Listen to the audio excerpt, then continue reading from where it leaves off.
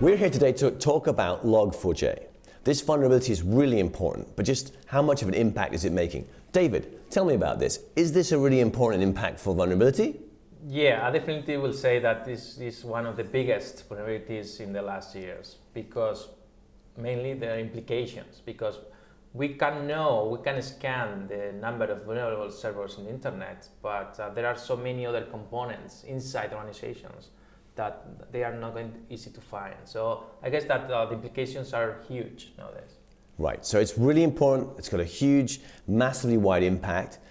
I heard it was discovered by gamers playing Minecraft. Is that possible? Well, that's a theory. Yeah, it seems that someone detected that in the Minecraft server, but the reality is that the security researchers have been talking about that since 2015, but no one take care of the issue. So I guess that is a mix of people not reviewing all the research by security researchers, plus also companies not perhaps helping those open source projects. I think that's the main problem nowadays, that we rely on the small components that are open source. Perhaps those components are maintained by 1, 2, 3 people. In this case, I think there are 3 people maintaining them. Is it their fault? Not at all, no, because they are maintaining them in their spare time, so they don't get paid for that. So I guess that we as an industry, we should be sponsoring all those open source libraries or components that we use in our products. I think that's something vital. Right.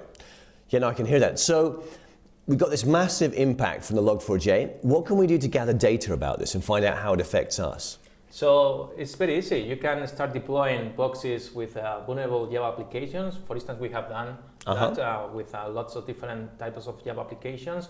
And in the very first minute, you will be hit by either security companies scanning internet, so there are lots of security companies scanning internet, or threat actors trying to exploit the system. So very easy to do. Okay, so what did we see? Did we find anybody out there? So probably the biggest thing that we found is always crypto miners, so coin miners, people that are installing like a malware, so that, or just typically XM rig, that is a very popular software for mining cryptocurrencies.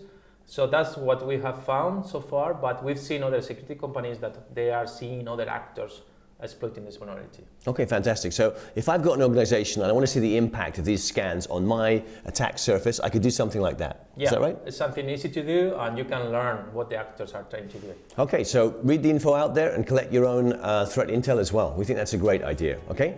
Well, thanks for listening today. We'll come back with more later, okay? Yeah, thank you.